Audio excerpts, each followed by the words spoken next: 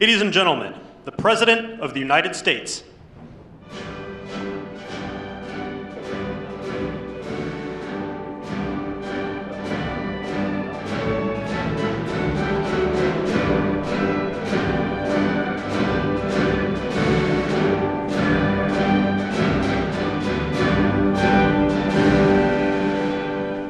Thank you very much. Thank you. Please.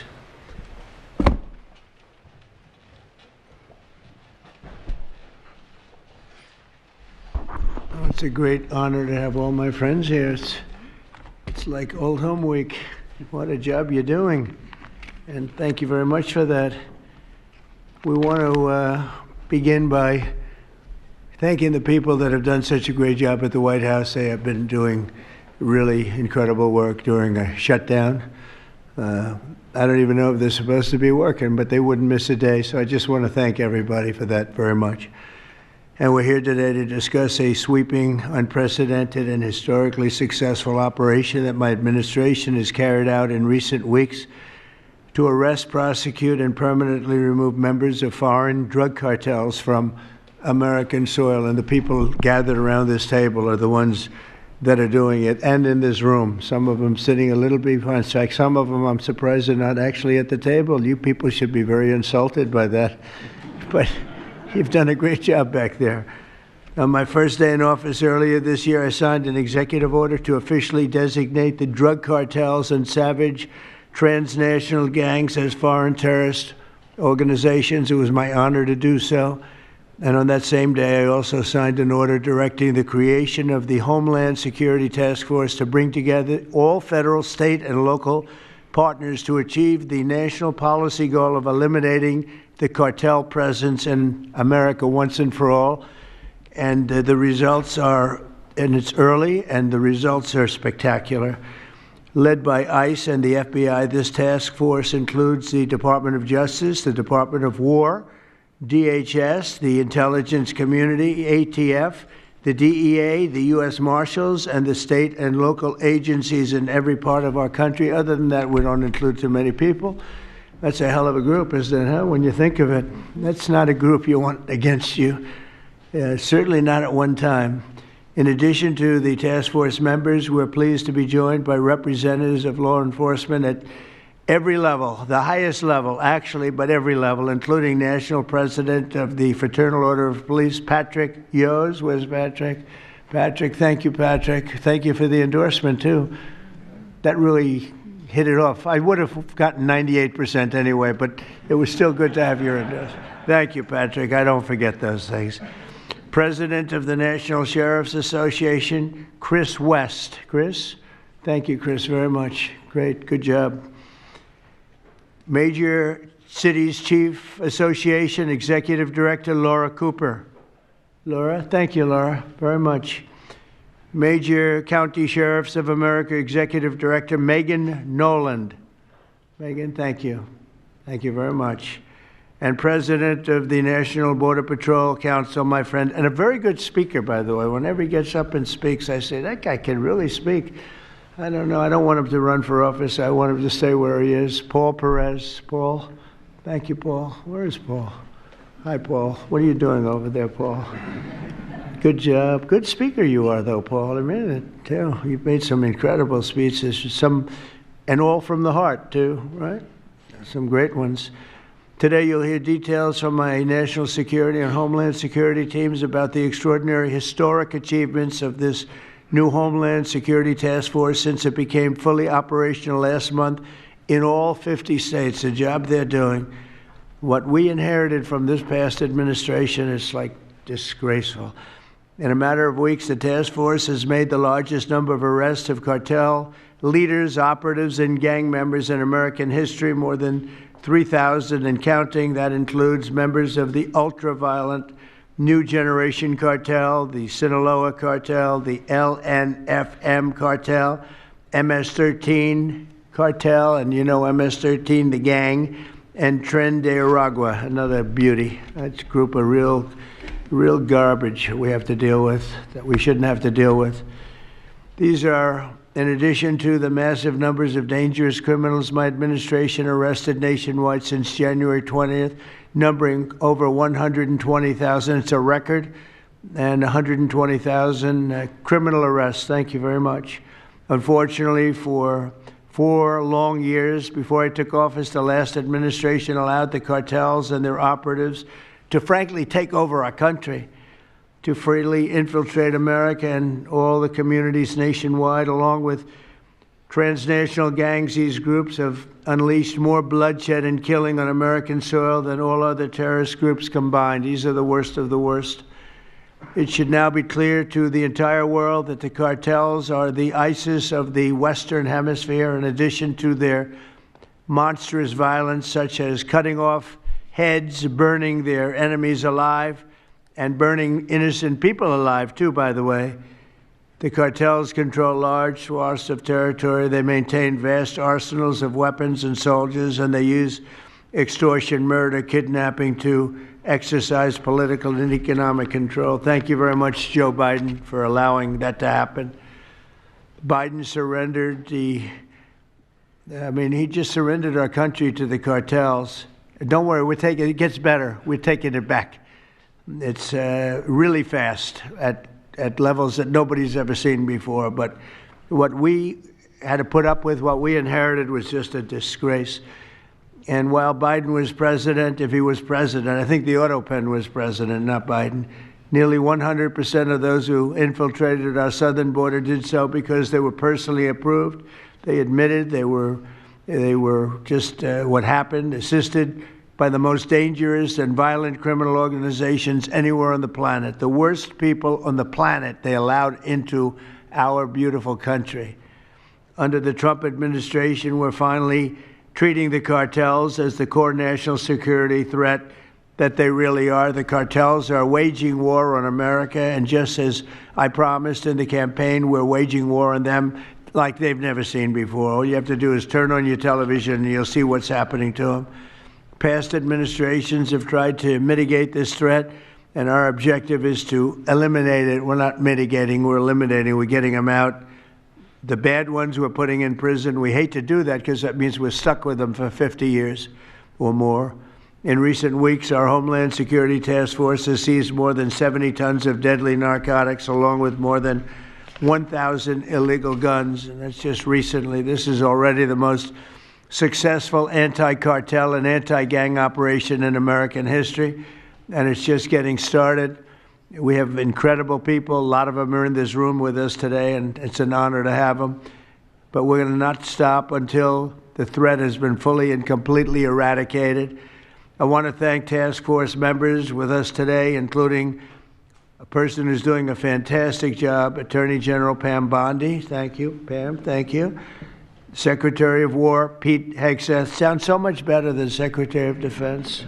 I don't know. Do you guys agree with that? I don't know. It sounds, we won the First World War, the Second World War. I would say everything before and everything in between. And then we got woke and we said, well, let's call it defense. I think we like it this way better. It's funny. That's something I thought it would be maybe controversial. And it's only controversial that we changed the name in the first place. It's not controversial at all. It's been unbelievably well accepted, Pete. Hasn't it, right? It's been pretty amazing. I thought it would be controversial. People want to have our country back. People want to do exactly what we're doing right now, and we're getting a lot of credit for it, and we should. I want to thank, though, Pete. You're doing a great job. Pete Hegseth. Secretary of Homeland Security, Kristi Noem. Kristi, thank you very much. Director of National Intelligence, Tulsi Gabbard. Tulsi, good job. And the heads of all of the law enforcement agencies all throughout the room. You're really amazing, the job you've done. To provide additional details on our mission, I would like also to ask General Bondi to say a few words, followed by Secretary Noem, Secretary Hegseth, Director Gabbard, Homeland Security Advisor Stephen Miller. Stephen, you're such a superstar, Stephen. They called Stephen the other day a very bad name, and I said, you should sue them, Stephen. I think he will. I hope he does. FBI Director Kash Patel and Deputy Attorney General Todd Blanche. And I just want to say it's an honor, the job we're doing.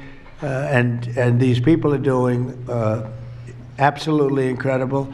I'll just add a couple of things. In Memphis, as you know, where the numbers are down in half already, and it's only been about 2 weeks. Doing a fantastic job there. Thank you.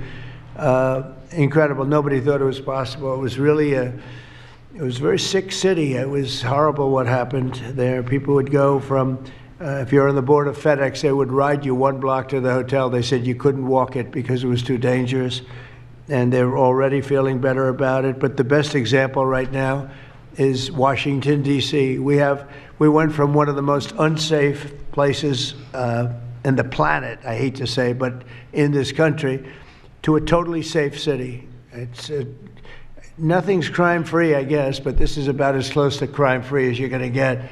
And you guys have done an incredible job with that. Every one of you have worked so hard on this one, and it's our nation's capital. And people would go to the nation, they'd go from, I always say, Iowa, Indiana. They'd go from Florida. They'd come up. They want to see the monument. I want to see the Lincoln Memorial. I want to see one of the monuments, any one of them, and they'd go home in a coffin. But not anymore. It's not happening anymore. We haven't had that happen in a long time. It was averaging more than one a week, one person a week. Who would think that's possible? And it hasn't happened anymore. And we have a safe city. We have a city where the restaurants are booming. People are going out. Nobody's being mugged, hit over the head with a baseball bat. None of the stuff is gone. We took out 1,700 criminals, many of them career criminals, many of them given to us by Joe Biden and his ridiculous open borders policy. They came in from jails from all over the world, not just South America, from all over the world. Jails, they came in from mental institutions and insane asylums all over the world, drug dealers. And we got them the hell out of here. They're either that, or if they're so bad, as I said before, we put them in jail because we can't take a chance that they come back. But I want to just say that Washington, D.C. is such an example of what could be done. And now the same thing's happening in Memphis. We're just halfway through the process, and already the numbers are far superior, far better than what we would have thought at this time. And Chicago, I just saw the number. Last week, it was last weekend, 4 were murdered, 11 were shot. And then I have this guy Pritzker, is a very weak governor. Let me be nice. I'm going to be very nice. He's extremely weak. He's pathetic. I have Pritzker get up and say how great they're doing in Chicago. They're doing very poorly. So 4 were murdered, 11 were shot. I would say, and that was not a bad week for him, okay? That was not a bad week. He's had somewhere 18 or 19 were murdered. And you know what his excuse was? Yeah, but that was a long weekend, okay? Can you believe it? He said that was a long weekend. He's bad. And the mayor is worse. I mean, that mayor is worse. Low IQ, very low IQ.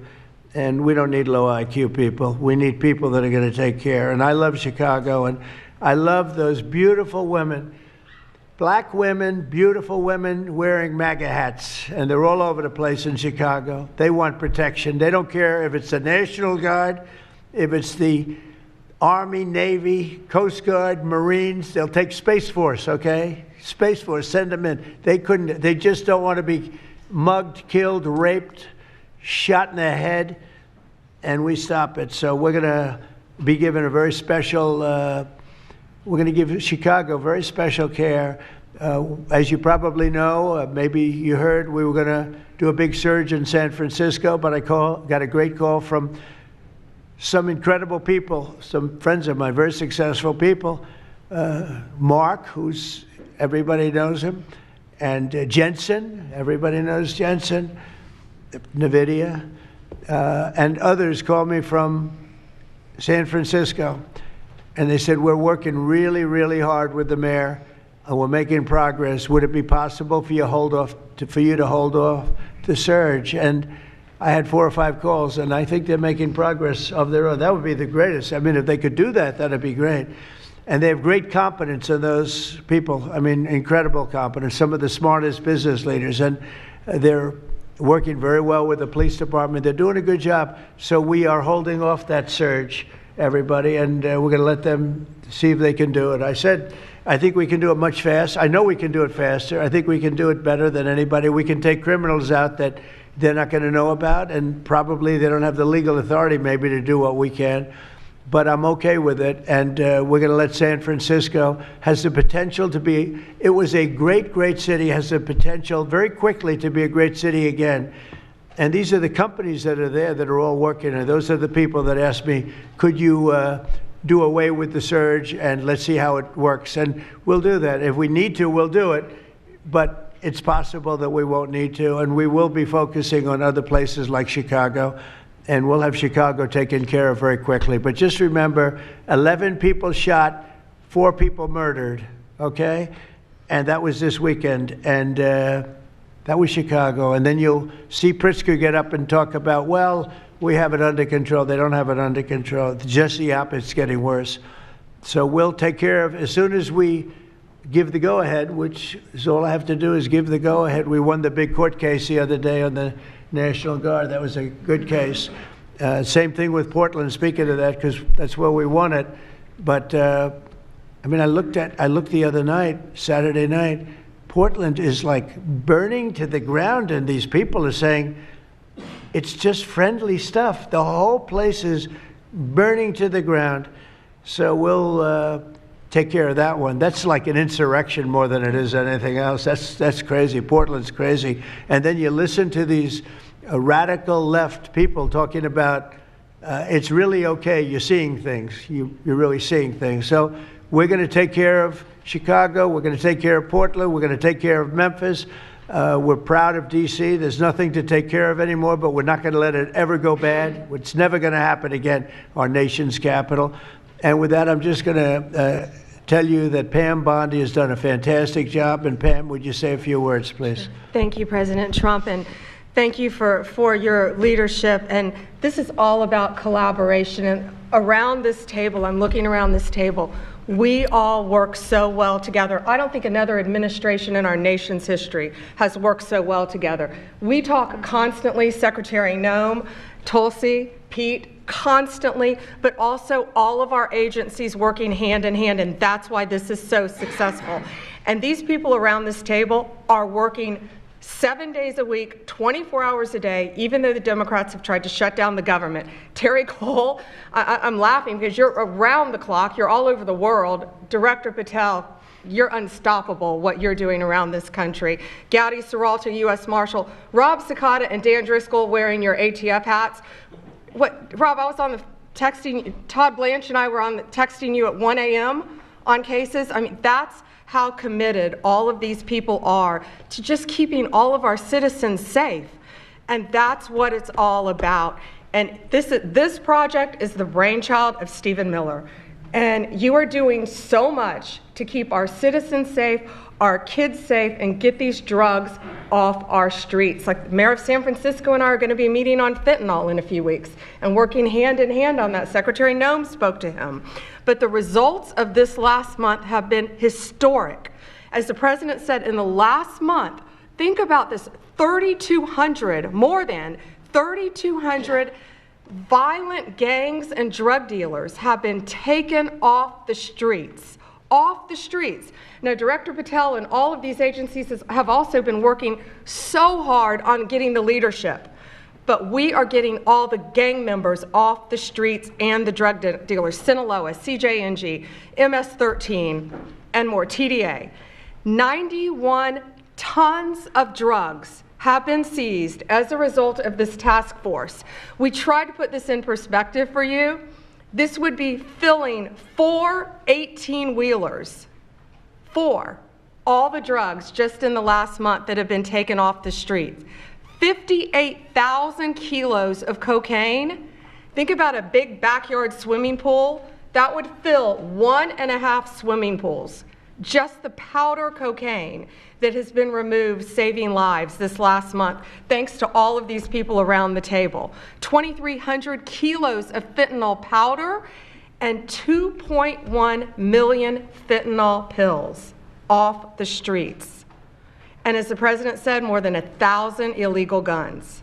The Biden administration was For way too long, all of these great law enforcement officers surrounding the table were not able to do their jobs. What they've said is now they've been uncuffed. They can do their jobs now. We've been watching transnational gangs grow in our country, become organized, set up infrastructure in all of our states, but no longer under President Trump.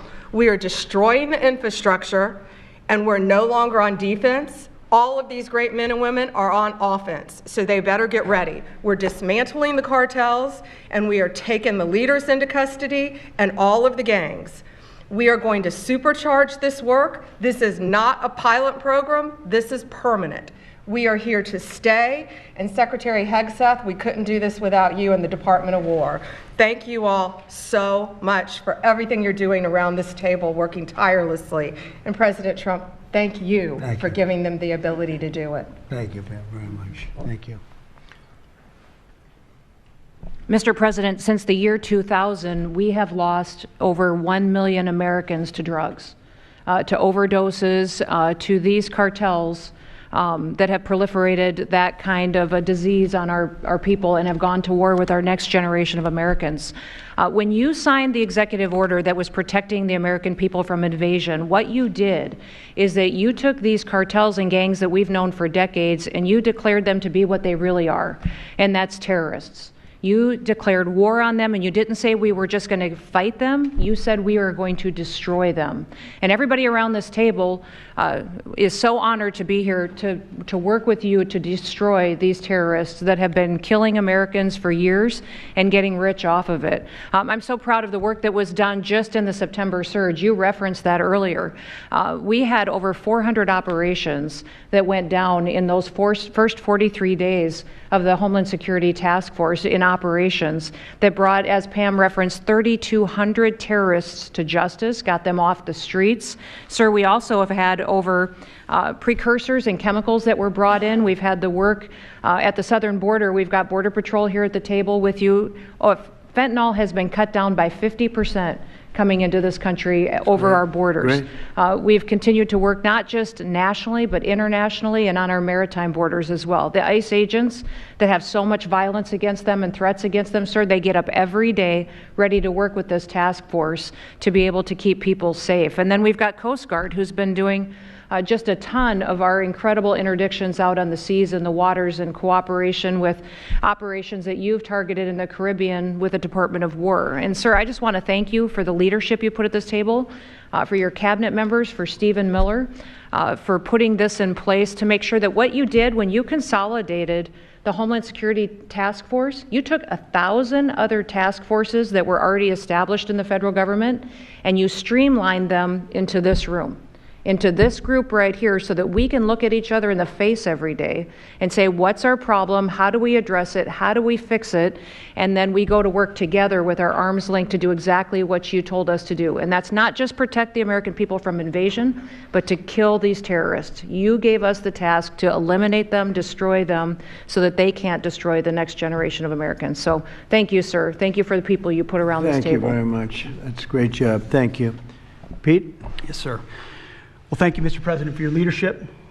Chief, likewise, Tulsi and Todd and Dan and Pam and Christy and Stephen and Cash. I mean, I could go around the table. From the Department of War, we are thankful and grateful for the incredible effort that your agencies put in. And we could not be more proud to stand shoulder to shoulder with you, not superficially, not kind of over here, but front and center on the Homeland Security Task Force, right there with you. Because our department has spent over 2 decades defending other homelands, and we're very proud to be defending our own. And if you talk to the troops down, say, on the southwest border, Mr. President, morale is sky high and continues to be, because they're proud to be defending their own communities, their own state, and their own country. So when that executive order was signed, the mission was clear: protecting the American people against invasion. And so the Department of War went straight to the southwest border. We still have 10,000 troops there. We have national defense areas. We're standing alongside the Border Patrol, and we've locked that border down, 100% control of the southwest border. You stop the invasion. And then we're proud to be going on the offense, counter-cartel operations. And it's not counter-cartel, as was mentioned. These are designated terrorist organizations, foreign terrorist organizations. Our generation spent the better part of 2 decades hunting Al-Qaeda, hunting ISIS, Well, as the president said, this is the ISIS, this is the Al-Qaeda of the Western Hemisphere. They intimidate, they terrorize, they extort, they poison the American people. The president's right. Every boat we strike is 25,000 Americans whose lives are saved because of the drugs that were headed in our direction. So our message to these foreign terrorist organizations is we will treat you like we have treated Al-Qaeda. We will find you, we will map your networks, we will hunt you down, and we will kill you. And you've seen that evidence in the maritime domain, whether it's in the Caribbean or in the Pacific with the last 2 strikes. We know exactly who these people are. We know what networks they work with, what foreign terrorist organizations they're a part of. We know where they're going, where they originated from, what they're carrying. And they know we know. And that will soon start to change the calculus of these boats. So the critique of this is, of course, as often is the case, wrong. We know our authorities. It's locked tight. And we're going to treat them like foreign terrorist organizations on the offense. So the Department of War is not going to degrade or just simply arrest. We're going to defeat and destroy these terrorist organizations to defend the homeland on behalf of the American people, making the jobs of law enforcement safer in the process, making the communities of Americans safer in the process. We think it's a very core mission of the Department of War, and we're proud to be here, Mr. President. Thank you very much, Pete. Thank you. Tulsi, please. Yes, thank you, Mr. President. The key reason that you are hearing about these incredible effects is, number one, the team that you've assembled here and the leadership and the tone that you have set, first and foremost, about keeping the American people safe. The intelligence community plays a critical role in being able to support our law enforcement at the federal, state, and local level to make sure that they are armed with actionable intelligence to be able to actually go after those who threaten the safety and security of the American people. Mr. President, under your leadership, for the first time, there is a newly created National Intelligence Fusion Cell at the Office of the Director of National Intelligence, National Counterterrorism, that has a very simple purpose: to make sure that we have two-way intelligence sharing of actionable information between the intelligence community and law enforcement. I want to talk briefly about 3 successes that we've had just here in the last few weeks, Mr. President, through the success of this interagency fusion cell. Just this last week, our National Counterterrorism Center supported, through actionable intelligence to both U.S. law enforcement as well as Mexican law enforcement, the arrest of a Sinaloa cartel boss, El Plato, in Juarez, Mexico, as well as his top 3 money launderers. In a separate and recent successful interagency operation, NCTC worked closely with the U.S. Marshals Service that led to the arrest of another dangerous Sinaloa cartel member responsible for tracking a huge amounts of cocaine and hundreds of thousands of dollars in this single incident with drug proceeds through his network. And I'll say the last example I'll share is probably the most insidious, was providing intelligence to the Mexican law enforcement that led to the arrest of a CJNG cartel-affiliated baby trafficker called La Diabla. Her whole money-making operation was centered around luring pregnant women, performing illegal C-sections, harvesting organs, and selling newborn babies. Mr. President, it's your leadership that has made all of this possible. I can tell you, in the midst of this government shutdown, our folks, like everyone around this table, are working 24/7 without pay and eager to get after this because they believe in your leadership and the mission that you have presented to them. Thank you, Mr. President. I'll hand this off to Homeland Security Advisor Stephen Miller, the leader of this task force. Let me just say, Mr. President, that this country was going to die without you. This country was going to actually die without you. That's what we were facing in 2024. We've been invaded for 4 years. Our communities were sinking. Our public safety had gone to zero. Cartels were running entire communities. Sex trafficking, child trafficking, labor trafficking was out of control. Overdoses were out of control. The cartels were claiming more and more territory. City services were buckling. This was a country on the verge of dying, and you alone saved it. And when you stepped forward originally in 2016, you started the movement to make America great again. And that means make America great again in every way. And that means safety and prosperity and peace and freedom from cartels and crime and gangs. And your vision and your leadership in declaring war on the drug cartels is the single most successful public safety initiative in American history. And I need the media to understand what President Trump has done. People have been talking about drug cartels for longer than I've been alive. And everyone has just taken for granted that they can't be touched or stopped. They're too big, they're too powerful, they're too evil, they're too murderous. They can operate with impunity. And in just 9 months, President Trump is the only American leader, not just in our lifetimes, but ever, to actually take the fight to the drug cartels, to actually seek their eradication. And it is happening. And so while the Democrats are shutting the government down and fighting for free health care for illegal aliens, look at what President Trump has assembled here. He's assembled a team under his vision, direction, and leadership that is saving hundreds of thousands of lives. Hundreds of thousands of lives. And only President Trump could have done this. And I will say one last thing, which is that his courage has been an inspiration to everyone else in this room. There are people in this room, I'm looking at, for example, at Todd Lyons, who have been relentlessly doxxed and harassed and threatened. But when they see President Trump's courage, what he's been through for 10 years to save America, when they came after his family, his businesses, his safety, his freedom, everyone at this table knows we can give whatever it takes to get the mission done.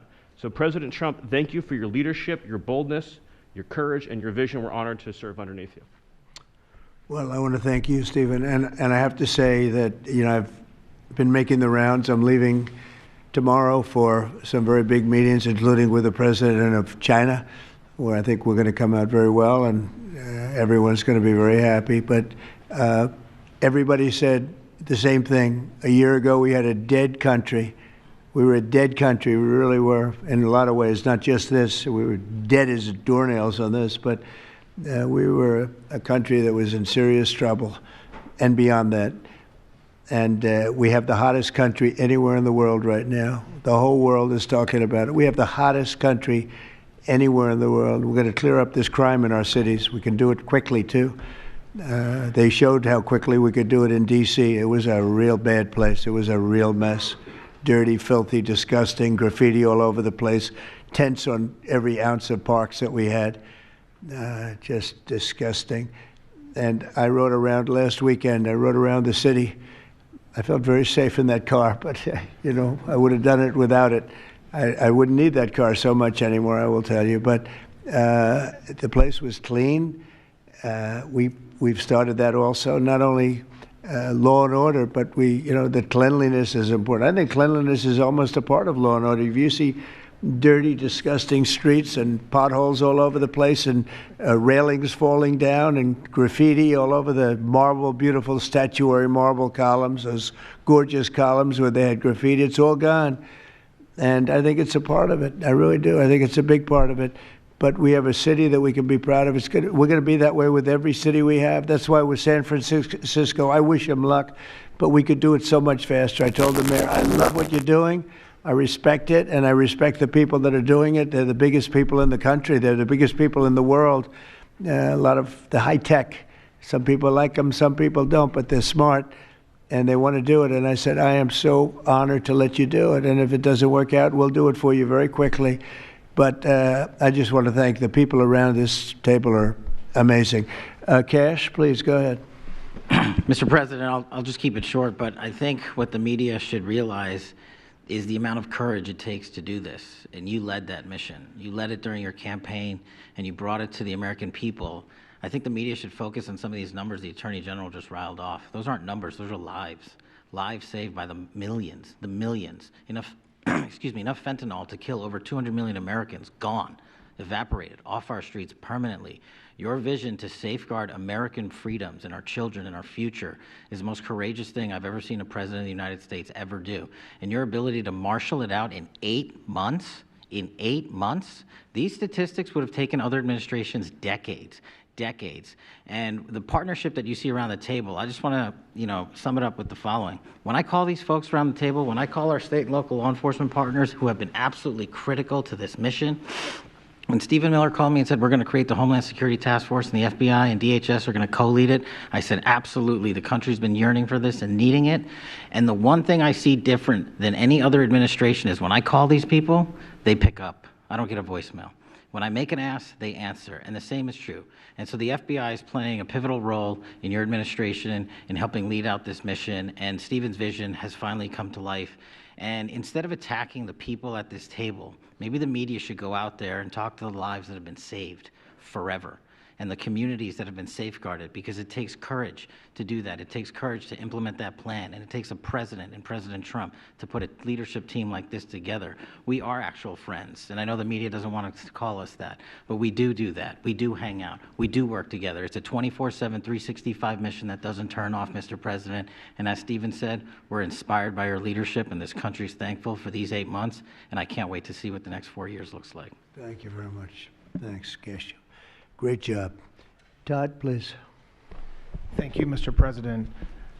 The number that I think matters, over 3,266 terrorists have been taken off the streets in 2 months. And for each of those arrests, there's anywhere from between 4 to 20 law enforcement agents, federal, state, and local, executing those arrests.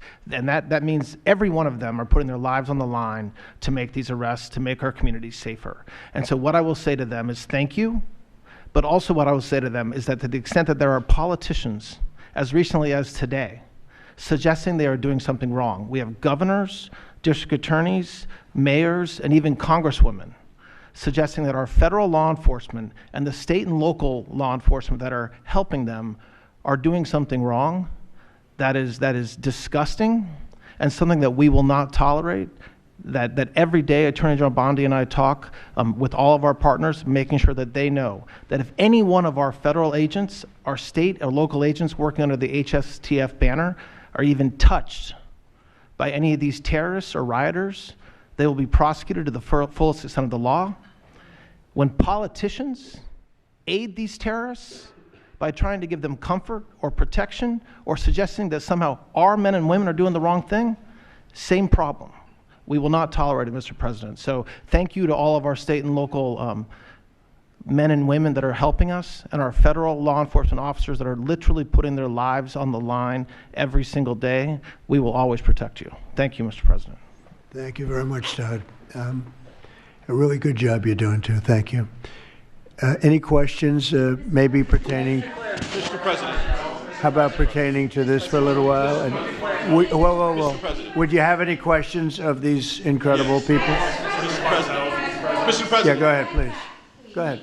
Mr. President, thank you. Mr. President, thank you. Good to see you. If I could just ask both of you, including Secretary Hegseth, there's reporting the U.S. just sent B-1 bombers near Venezuela to ramp up some military pressure there.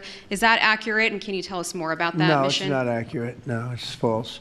But we're not happy with Venezuela for a lot of reasons, drugs being one of them, but also they've been sending their prisoners into our country for years under the Biden administration. Not anymore. We have a closed border.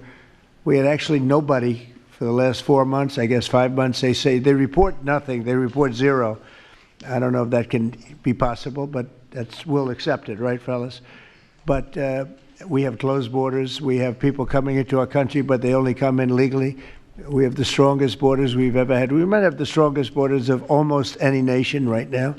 And that's a big difference from what it was 2 years ago when everybody was pouring in. But we're very unhappy with Venezuela because of what they've done. They've emptied their prisons into our country. Nobody can do that. Only a stupid person would have accepted it. And that's what we had running our country, very stupid people. So we're not happy with Venezuela, I will tell you. Yeah. Mr. President. Thank you, President Trump. You okay? Yes. On fentanyl. We're going to lose sorry it. about that. On fentanyl, we have President some Trump. good medical help right over there. That's all right. On fentanyl, according to CDC data, nearly 330,000 Americans died over the past 5 years from fentanyl. That's 1 in every 1,000 Americans who died. It's more than that, but that's all right. Yes, It's I know more. you think it's even more. I'll be discussing that with President Yes, Xi. so that's actually my question. I figured it was. I was wondering, since it mostly comes from China and has caused such carnage in the U.S., Yeah. what are you going to say to convey the seriousness? And also a second question for you or Secretary Hegseth. Is there any evidence that China is now smuggling fentanyl through Venezuela to bypass U.S. and Mexican port controls? They are doing that, yes. But they are paying right now a 20% tariff because of fentanyl. That's billions and billions of dollars that they're paying. We're actually, on November 1st, the A tariff on China goes to 157%, which is record-setting territory. And we don't want that because it's not sustainable for them. They can't sustain that. We don't want them to have to go through that. So a meeting with President Xi, and I would say we have some big issues, like with the farmers and various other things, but the first question I'm going to be asking him about is fentanyl. And if you think about it, they make $100 million. Think of this. They make $100 million selling fentanyl into our country, $100 million. They lose $100 billion with the 20% tariff. So it's not a good business proposition. It's $100 billion approximately that they have to pay. It's a big penalty to make $100 million. So I think they want to do something. They want to put it on the list. It's on the list. It's one of the things we're talking about, and I'm putting it right at the front of the list. So they pay a very big penalty for doing that, and I don't think they want to be doing it. And we'll see what happens at the end of next week, because I'll be meeting next week, as you know, along with we're stopping in Malaysia, we're stopping in South Korea, we're stopping in Japan. I'm meeting with President Xi actually in South Korea, so it'll be the first thing on the list. Yeah, please. Yes, Mr. President. Mr. President, on the drug boats, sir, has there been any discussion about capturing one so that you can show the amount of narcotics? We know everything about them. Yeah, Jennifer. We know everything about them. We know where they're coming from, who they're coming with, generally who's in the boat. I'll let Pete discuss it a little bit, but they have incredible intelligence. And you know, usually when you see 5 engines, I've never even seen that before, but when you see 5 engines on a boat going about 65 miles an hour, loaded up with white powder in silver cases, generally speaking, that's not a good sign. They're not going fishing, right? And you don't see any fishing rods, right? So, Pete, I'll let you discuss that a little bit, please. Well, yes, sir. Likewise, generally you don't see fishing in submarines either, sir.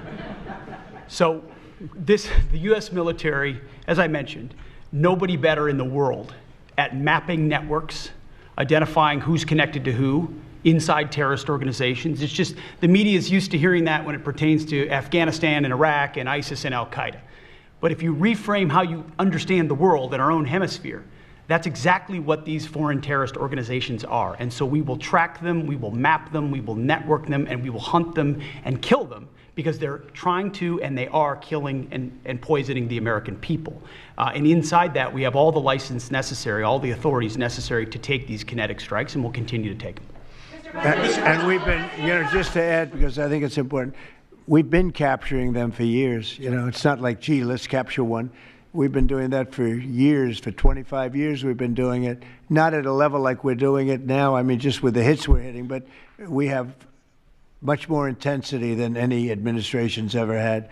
But we've been capturing these boats for years, and they get back into the system, and they do it again and again and again, and they don't fear that. They have no fear. The thing I can tell you right now, it's very hard to find any floating vessel right now on the Pacific or in the Gulf, and I would like to call it by its official name, the Gulf of America, another little triumph of the Trump administration. I said for years, why do we call it the Gulf of Mexico? It's 93%, the shoreline is 93%. All right, so I never understood that. So I made that change. I never realized how easy that was going to be, other than, I guess, AP fought us in court, and the judge said, but that's the name. And actually, they were sort of semi-prohibited from even covering us after that. It was pretty amazing.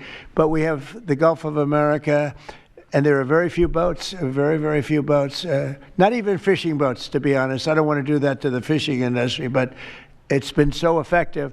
And our sea drugs, as they call them, they use the term sea drugs, the drugs coming in by sea, are like 5% of what they were a year ago, less than 5%. So now they're coming in by land, and even the land is concerned, because I told them that's going to be next. The land is going to be next, and we may go to the Senate, we may go to the Congress and tell them about it, but I can't imagine they'd have any problem with it. I think, in fact, while we're here, I think it's a good idea, Pete. You go to Congress, you tell them about it. What are they going to do? Say, gee, we don't want to stop drugs pouring in. They're killing 300,000 people a year. I think that's the real number, 300,000 people a year. So between that and my discussion with President Xi, I think we have never made progress like we've made. The sea drugs are almost dead, and they can't come in that fast from the land. And the land drugs are much more dangerous for them. It's going to be much more dangerous. You'll be seeing that soon. So that's the way it is. Yeah. Go ahead, please. Yeah, go ahead, please. With the glasses, go ahead. Thank you, Mr. President. Good. I wanted to ask, what's your reaction to Representative Dan Goldman calling on NYPD to arrest ICE agents who he says are acting illegally? He says they are illegally assaulting people and illegally detaining people at immigration courts in New York. Well, I know Dan, and Dan's a loser. You understand. He's a guy that doesn't have what it takes. He's been trying so hard, and they're exhausted. I mean, it's so ridiculous, right? A suggestion like that. So, they're just trying so hard, and it's not working. They've even now started imitating me, of all people. They want to imitate me, and they start using foul language, but they use too much of it. You can't use the F word 7 times in one sentence. It doesn't work. It might work once every 7 news conferences, but you can't do it. You can't do it 7 times in one sentence. So I don't know. They're really they're in big trouble. That party. Go ahead. Mr. President. Some alleged smugglers have survived some of these recent strikes and been sent back to their home country. If they're terrorists, why not just arrest and detain them? Go ahead. 2 points on that. First, when I served in Iraq in 2005 and 2006, we used to, in sort of a gallows humor way, talk about the Iraqi catch and release program, the reality that we would catch a lot of people, hand them over, and then they would be recycled back through and we'd have to recapture them or attack them again. And that's why changing the dynamic and actually taking kinetic strikes on these boats ought change the psychology of these foreign terrorist organizations. To those 2 that survived the shot on the semi-submersible, think again, compared to Iraq and Afghanistan, the vast majority of people that we captured on the battlefield, we handed over to the home country. Did we always like how it shaped out? Sometimes we did, sometimes we did not. But 99% would go to the Afghan authorities or the Iraqi authorities. So in this case, those 2, they were treated by American medics and handed immediately over to their countries where they came from, hopefully to face prosecution, which is a very standard way of handling something like this. And you'll do that with future survivors, anyone else who survived? We've got protocol of how we'll handle it. Mr. President. Not that guy. He's so hopeless. Go ahead. Go ahead. Yesterday, there was a vote at the Knesset on annexing the West Bank. Do you see it as a challenge to your peace efforts? Could you say that louder, please? Yes, yesterday there was a vote at the Knesset in Israel on annexing the West Bank. Do you see it as a challenge to your peace efforts? Will you answer that, please? Because I cannot understand the words you're saying. Where are you from? Where are you from? I'm from France. You're from France. Beautiful accent, but we can't understand what you're saying. Huh? She said a vote at the Knesset on the West Bank. The West Bank is, don't worry about the West Bank. Israel's not going to do anything with the West Bank, okay? Don't worry about it. Is that your question? They're not going to do anything with the West Bank. Don't worry about it. Israel's doing very well. They're not going to do anything with it. Yeah, please, go ahead. Thank you so much. Thank you, President Trump. Are there any safeguards in place to protect Americans from fentanyl and cartels when you leave office in 2028? Any protocols that could be put in place in case a future administration comes in that wants open borders? And I also have a question for the Secretary of War as well after your answer. Well, the biggest thing we can do is make sure they don't come in, because open borders, they would destroy. It's amazing that our country is even surviving with what we went through, coming in by the millions. And coming in from the wrong places. I know all these people that run these countries, and they're smart. They're very street smart, and they're not sending their best. They're not sending. They're taking them out of their prisons and their mental institutions, as I say over and over again. They're the drug dealers. They're the drug addicts. They're people that don't work. I mean, the best of them are people that don't work. They don't work. They're on welfare, their form of welfare, which is tiny. You know what their form of welfare? They give you a piece of paper. They give you nothing. But they want people that work. They don't let those people come out because they want those people. They cherish those people. Those are the people that make their country run. They give us all of the people that don't work and are murderers 11,843 murders came in. 11,800, many of them committed, more than 50% committed more than one murder. Now, why do we want them? Why would Biden and that group of thugs that he had working for him, why would they accept these people? Why would he accept? Nobody understands it. You know, they say maybe they wanted the vote, but I did great with the Hispanic vote, but these are people from all over the world. Why would they do it? So one question, no matter what I do, I can't, you always like to know the opponent. You have an opponent. What are they getting at? And usually you can. Why would they allow 20 million, maybe 25 million people into this country, almost all of which, but most of which should not have been allowed into our country? It's one of the great enigmas. What they've done to this country should never be forgotten. In history, should never, ever be forgotten. And now it looks like we're going to have a communist mayor in New York. That'll be a lot of fun. But remember this. They have to go through the White House. Yeah, please, go ahead. Today you pardoned the founder of Binance. Can you explain why you chose to pardon him? And did it have anything to do with his involvement in your Which one? family's? Who is that? The founder of Binance. He has an involvement in your own family's crypto one, yes, business. I believe we're talking about the same person because I do pardon a lot of people. I don't know. He was recommended by a lot of people. A lot of people say that, are you talking about the crypto person? A lot of people say that he wasn't guilty of anything. He served 4 months in jail, and they say that he was not guilty of anything, that what he did, well, you don't know much about crypto. You know nothing about nothing, you fake news. But let me just tell you that he was somebody that, as I was told, I don't know him. I don't believe I've ever met him. But I've been told by a lot of support. He had a lot of support. And they said that what he did is not even a crime. It wasn't a crime, that he was persecuted by the Biden administration.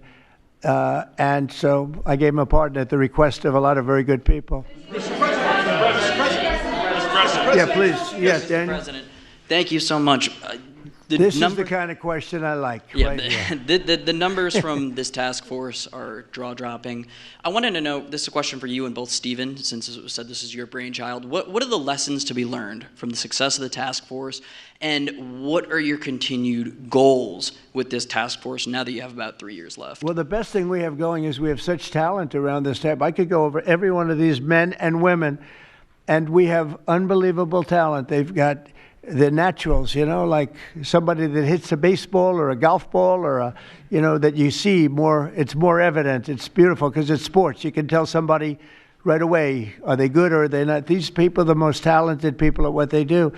And when we started talking about this, Stephen and all of us, it seemed so easy. What is surprising to me is how quickly we can straighten out a large city, a big city, a mean city, a city that's sick, that got very sick with guns all over the place, with bullets shooting all over, where you take your life in your hands if you go out and buy a loaf of bread. That's not America. That's not our country. And those people don't care how you do it. They just want it done. They really do. You know, when you go to the people in the street, they don't know. Is it National Guard? They just want it done. They want to be safe. And we've gained a great following of Americans, real Americans, people that want to be safe. But I think the biggest thing we say is we have tremendous talent. We were able to recognize, like a football team, like a baseball team, we were able to recognize the talent. And the talent is largely in this room for the whole country. It's largely in this room. There's really nothing like it. And that's why I think we had D.C. done, not perfectly, but pretty much done, at least normalized in 12 days. Would you say 12 days? On the 12th day, it felt different. And you know, we took a lot of bad people out, never to come back again. Then most of them never to come back again.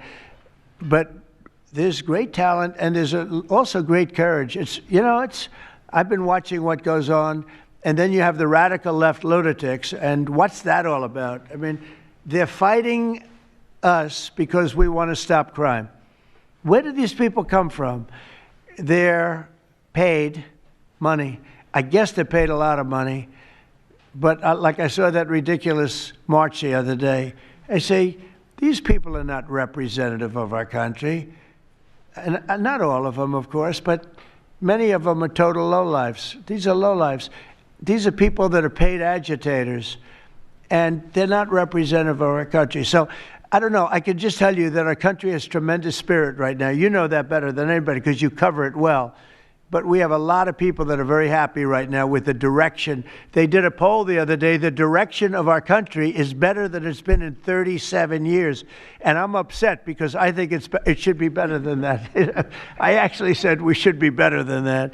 So, you know, thank you very much for your question. Brian? Brian? Mr. President, yes. Thank you, Mr. President. You guys have done an amazing job in Memphis. Some of those numbers are staggering. And we've gotten message on social media wanting to thank you for that.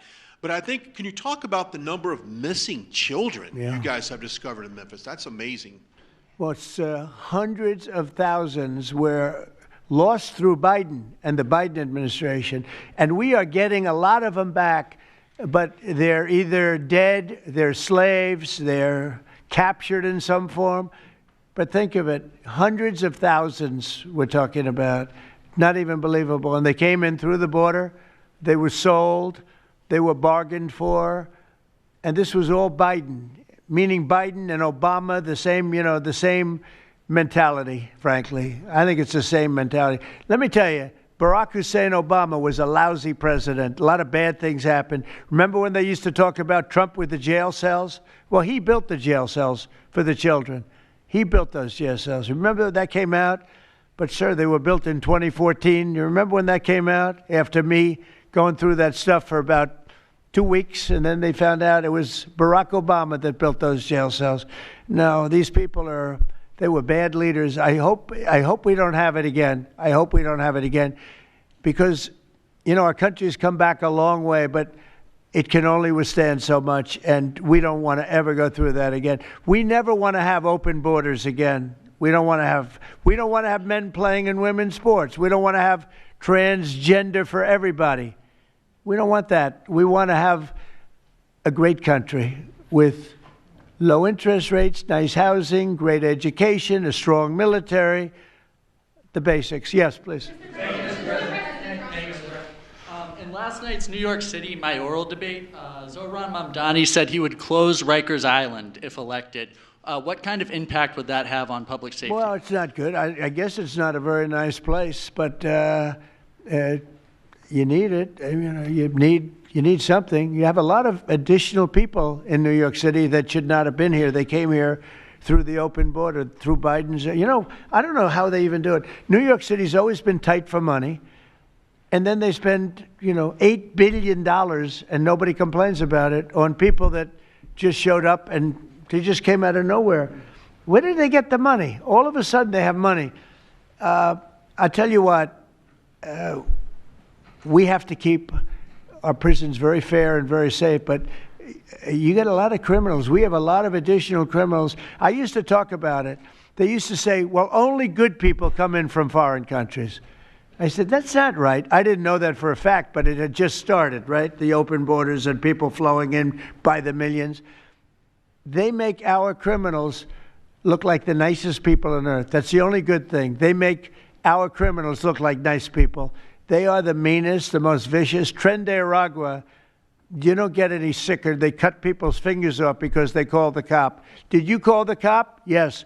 They cut off his finger so he can't call the cop anymore. And then they say, next time we're going to cut off your hand if you cut, because they took over his apartment in Colorado. You know, Colorado, they took over a town, then they took over another town, and you have a weak governor over there. He doesn't know what the hell he's doing, so he lets it go on.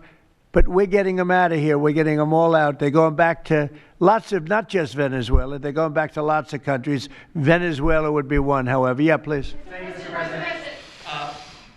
Thank you, Mr. President. Yeah. A moment ago, you said that if Secretary Hegseth went to Congress and briefed them on the operations No, we against will these, go, I said. You will go. And we it would will be go. difficult for them to object. I don't see any loss in going. No reason not to. You know, they'll always complain, oh, we should have gone. So we're going to definitely, I'd like to just tell you, let's go. We'll go. And Mr. We're going to President, tell them what we're going to do, and I think they're going to probably like it, except for the radical left lunatics. And Mr. President, if you are declaring war against these cartels and Congress is likely to approve of that process, why not just ask for a declaration of war? Well, I don't think we're going to necessarily ask for a declaration of war. I think we're just going to kill people that are bringing drugs into our country. Okay? We're going to kill them. You know, they're going to be like dead. Okay? Yeah. Yes, red hair. Thank you. Beautiful red hair. Thank you. I'll tell my hairdresser that. She'll love it. This is a question for both you and the Secretary of War, Mr. Hegseth. Who are you with? I'm with the Center Square. We're a newswire service. With everything that's going on between the narco terrorists in the Caribbean, and then also with more Chinese, Iranian, Russian ships also taking part in Venezuela. Are you have any plans of expanding operations out of Roosevelt Roads, and in fact, placing some home porting some ships there? Yeah, go ahead. We're familiar with the location that you're referring to, and we'll make sure that we're properly displaced in order to deal with the contingency we're dealing with there, and also any ways in which other countries would attempt to be involved also. So we can walk and chew gum. We're definitely keeping our eyes on near-peer adversaries at the same time, but we think sending a message on these cartels, these narco-terrorists, is an important inside our hemisphere, which for far too long, other presidents, as the president pointed out, they've ignored our own backyard and allowed other countries to increase their influence here, which only threatens the American people. We're changing that. One big thing that has happened, though, because you mentioned expansion and expand our efforts. So when I was running for office, second term, everybody was talking about the fact that nobody wanted to join the military, nobody wanted to join the great police force. They didn't want to join New York's finest or any of our police forces. They didn't want to join anything having to do almost like with the country with the uniform. We are setting records with the Army, Navy, Air Force, Marines, Space Force, Coast Guard. We're setting records. We've never had anything like it. And I'll tell you when it started, November 5th. We didn't even have to wait till January 20th. They saw spirit.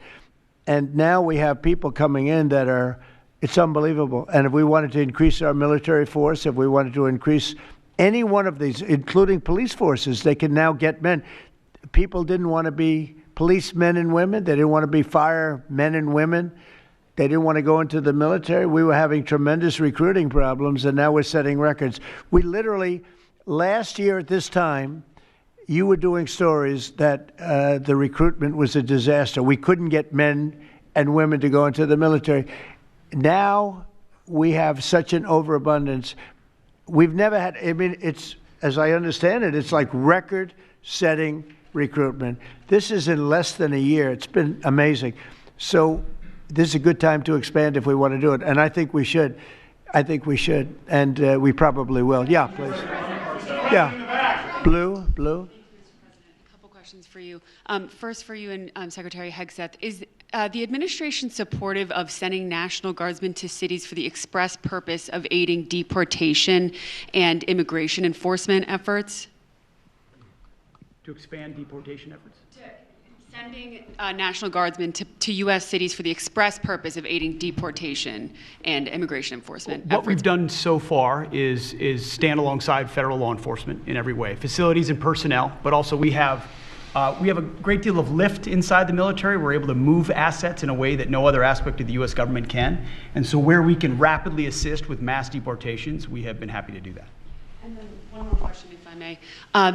Is the administration at all supportive of potential measures to crack down or regulate or even ban apps that track ICE agents' locations? What do you mean by that? Like specific apps that are used to track the location of ICE agents? I guess we'll do that. I'm not a big app guy. I'm not into that too much. I think Pam might be it. Let's go. Yes. Good answer there. Yes. These organizations, President Trump, are coming in and their apps to track our federal law enforcement officers, and it jeopardizes their lives, where they're going to be, their location. And we've actually been working really well with the tech companies who have been cooperating because they don't want our law enforcement officers to get injured. So yes. Well, I mean, I see it with ICE, where they're having, where they define where they live, who they are. And, I didn't have a big view on the mask, but I now understand why they should wear masks. I think it's very dangerous for them not to wear masks. They can do whatever they want. I notice some do it and some don't. but it's pretty dangerous. But when you look at, you talk about that question, I think it's very dangerous, and I think you're coming down on that very hard, right? Yeah, please. Sir, Mr. President. Go ahead. Thank you, sir. When you were running for re-election in 2024, you released a video statement where you made this exact promise to show no mercy on the cartels and employ every military asset necessary to combat them. In that same video, you also said that you plan to expose all the bribes and corruptions with politicians and the cartels. We're doing that. Has your we're task trying to force do been that. looking into that in American politicians? Yeah, where the money's coming from. Because you see it. Like even that garbage deal they had this weekend, which was embarrassing to them, and the crowds were the crowds were not big. Those crowds were not big at all. But when you look at signs, and they're all made beautifully, the yellow signs, I saw the yellows, the blues, but they're all made professionally in a printing shop, looks like on Madison Avenue someplace. Some guy is paying for all that stuff.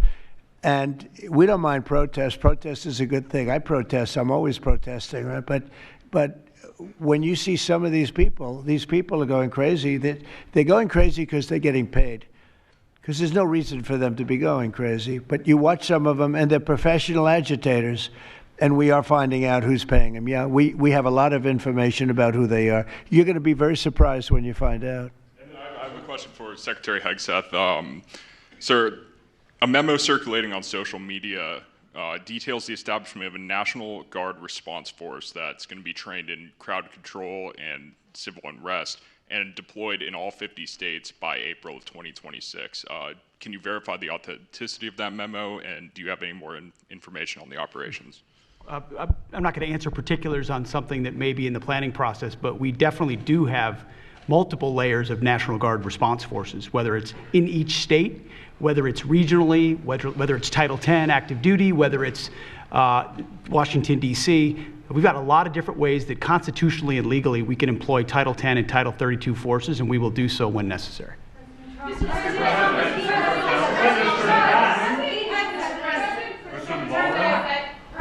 you. President Putin basically said today that Russia is immune from U.S. sanctions. He said that it would not impact the Russian economy in any serious way. Is he good. wrong? I'm glad he feels that way. That's good. I'll let you know about it in 6 months from now. Okay, let's see how it all works out.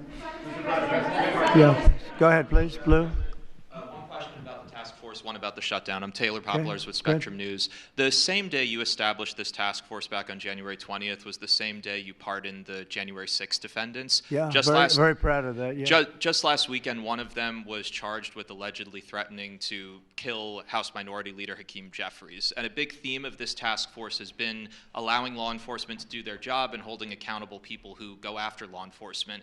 Do you worry that your actions back on day one undermine what this task force is trying to accomplish? No, you have thousands of people that we're dealing with, and if one goes haywire, look at what this guy in Virginia said, where he wanted to kill his opponent. He's going to kill his opponent. He's going to kill his opponent's children and I think wife.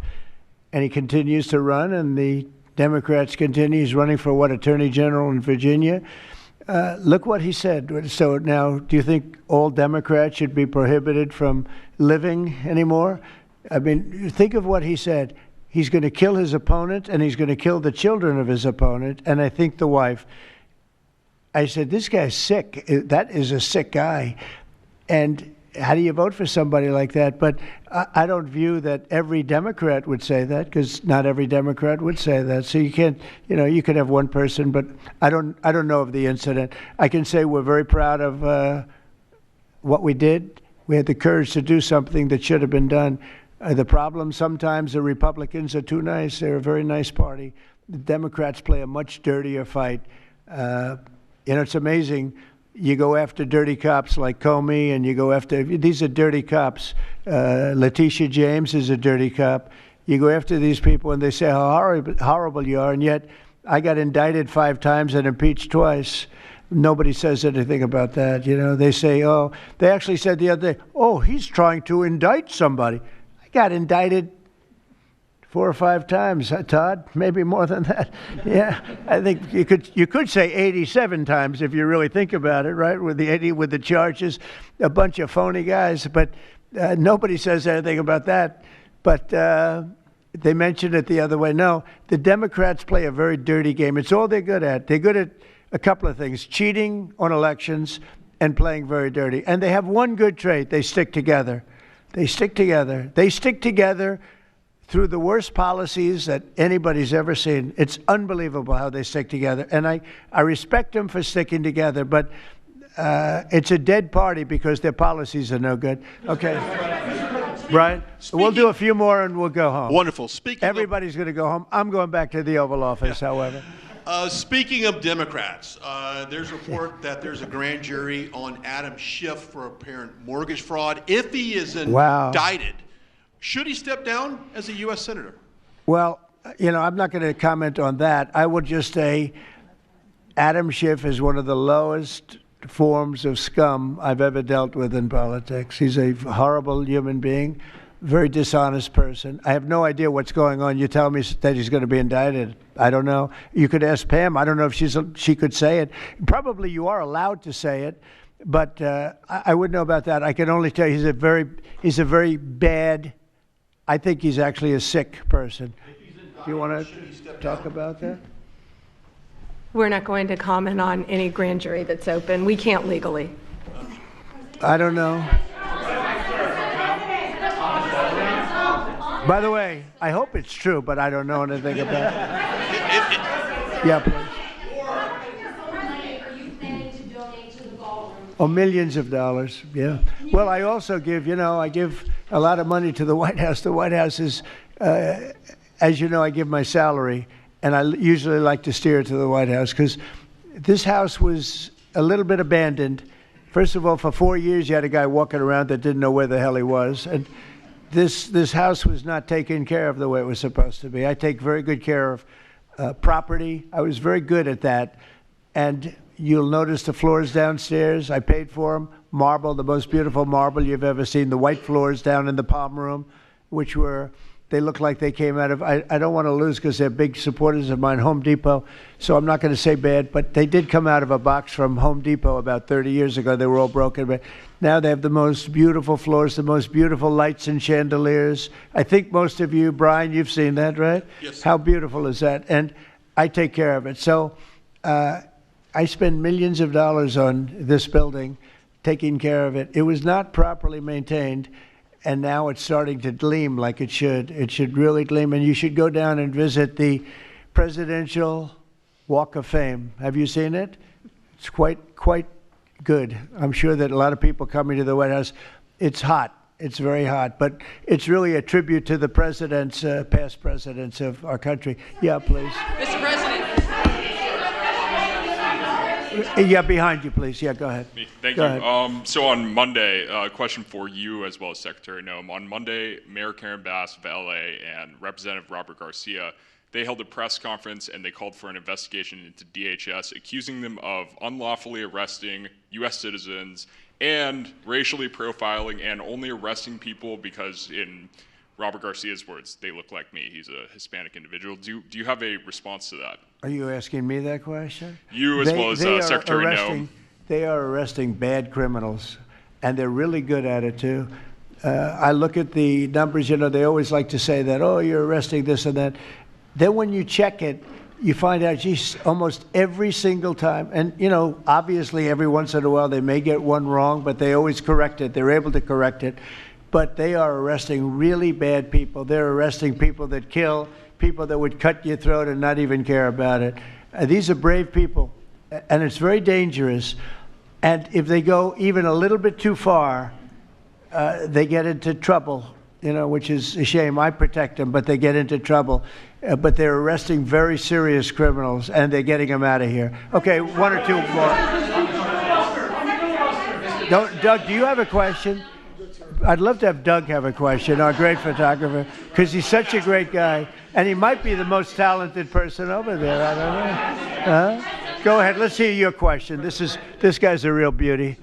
On the cartel strategy, hearing you talk about it as a war, hearing Secretary Hegseth talk about defeating and destroying and the comparisons to ISIS and Al-Qaeda, those efforts took American troops being engaged in foreign countries. Do you think that's ultimately where this is headed with the cartels, having American troops in countries like Venezuela? No, the cartels are very bad. They had a lot of bad people coming in. They were interviewed recently, and they were asking people what their problem was, and one guy said, "Yes, I'm up for murder." Didn't know what he was saying, obviously. You know, I'm sure his lawyer was not thrilled with his statement, but no, they're rough people coming into those cartels. Those cartels are rough. You look at what happens. The trip up is horrible, especially for women. They're being killed. They're being raped at levels that nobody thought even possible. In my opening speech, I mentioned that, but in a very light way. I mentioned the word rape. Then I found out that you take a look at what happens in those cartels. It's horrible what's going on. And we're doing the world a big service by just telling them, you don't have too many cartels now because they know when they get up here, they're going to be stopped. Under Biden, they were just flowing into the country. It didn't matter what you were, where you came from, what you looked like, what your record. They didn't check records. Millions of people came into this country that should not be in our country right now. We've gotten a lot of them out. It's the single biggest problem that we were given. Inflation, I've already taken care of. Economically, the country is the strongest it's ever been. Thank God for tariffs. If we didn't have tariffs, we'd be a third world nation. But thank God for tariffs. We're the richest nation in the world now because of tariffs. And we're able to economically protect ourselves, and we're able to really protect ourselves from a national security, situation. But we have cartels that, somebody came up with the word cartel. I won't tell you who that person was, but you got a lot of bad people in the cartels. And you could look at a country like Mexico, and I really respect the president. I really respect a lot of the people over there, but a lot of the leadership. But they are in fear in their own country because those cartels are running those countries, okay? And that includes Colombia. Colombia is a drug den. It's a drug den, and it has been for a long time. You got a lousy leader over there right now, bad guy, a thug. But they make cocaine at levels that we've never seen before, and they sell it back into this, and they're not going to get away with it much longer. We're not going to put up with it much longer. Colombia is very bad. Mexico is run by the cartels. I have great respect for the president, a woman that I think is a tremendous woman. She's a very brave woman. But Mexico is run by the cartels, and we have to defend ourselves from that. Go ahead. Let's go with you. Go ahead. Let's listen to this beauty. Shutdown by the time you return from your trip to Asia? Do I expect to have it resolved by the time I return? I don't know. I said long ago we shouldn't have been in this problem. This was September 28th. It came due in Biden's regime, and before the election, September 28th, and they pushed it off into the future. And I was running when they did that. And when you're running, but I did say, what the hell are they doing? That and debt ceiling. They also pushed the debt ceiling past the election date. So that would mean the next president has it. But I did say that I think the Democrats have gone totally crazy. And you don't know what they're going to do because they don't care about the people. I really think they have no leadership. They have a lot of very low IQ people. Jasmine Crockett is a low IQ person. A lot of them are. I don't want to insult too many of them, but a lot of them are. They have no rudder. I don't think they know what they're doing right now. They've never done this before. They always agreed to go and, called an extension. Let's do an extension and talk. Even today, look at what happened today. They don't want to pay the people that have worked. And, this was supposed to be this was a test. And they wouldn't pay the people that have been working. They said, no, we don't want to pay them. This is all the Democrats. Now, all we need is 5 Democrats. And I know a lot of Democrats that are saying they're more than 5. Probably not that many more than 5, but they're more than 5. And all we need is like 5 Democrat votes so we open our country again. Sad, though, we have the greatest economy in our history. We have the highest stock market. All these things are rocking. We will have by the end of my first year more than $20 trillion of investment. The all-time record is $3 $3 trillion. I think it's China. We're going to have $20 or $21 trillion. We've never had anything like it coming in because of tariffs. The money pouring into our country, the plants that are opening, AI, automobiles, everything.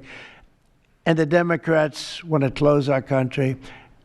They're really, you know, they say deranged. They suffer. I guess it's Trump derangement syndrome, which I think is going down now as an official condition by the doctors. I think they get paid extra money if they handle it because it's more difficult to handle than a normal mental disease. But you know what? They really should approve an extension, get the country back to work, get the people paid. And, you know, it's very simple.